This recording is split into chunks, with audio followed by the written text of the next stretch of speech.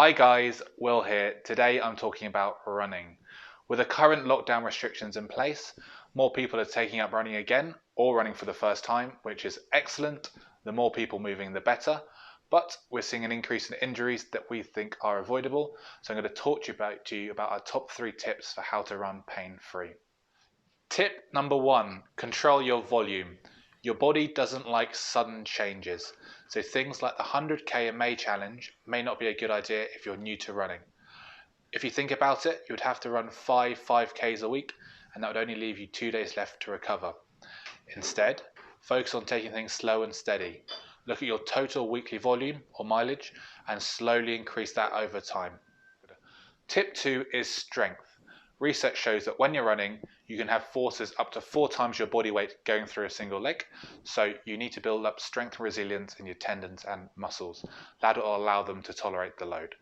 I'm going to show you 3 exercises to strengthen your ankles, your knees and your hips. Exercise number 1 is all about strengthening your ankles. For this, we're going to focus on plantar flexion and dorsiflexion. We're going to do this in the pump series and we need a wall.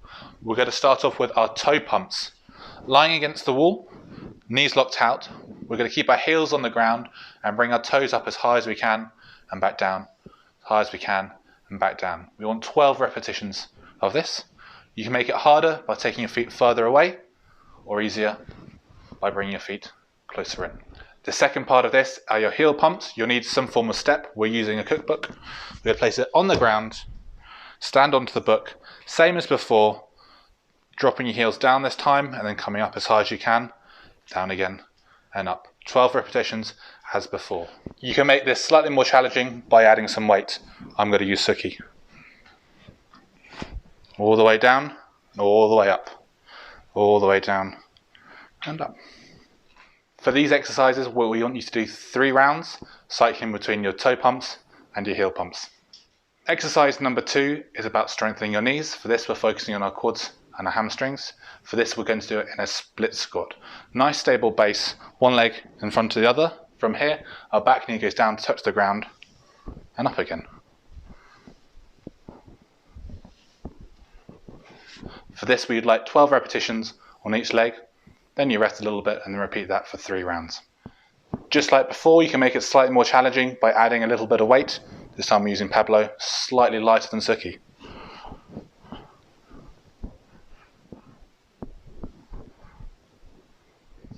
Exercise number 3 is strengthening your hip with a hip raise. Just like before, we're going to use a step or a book.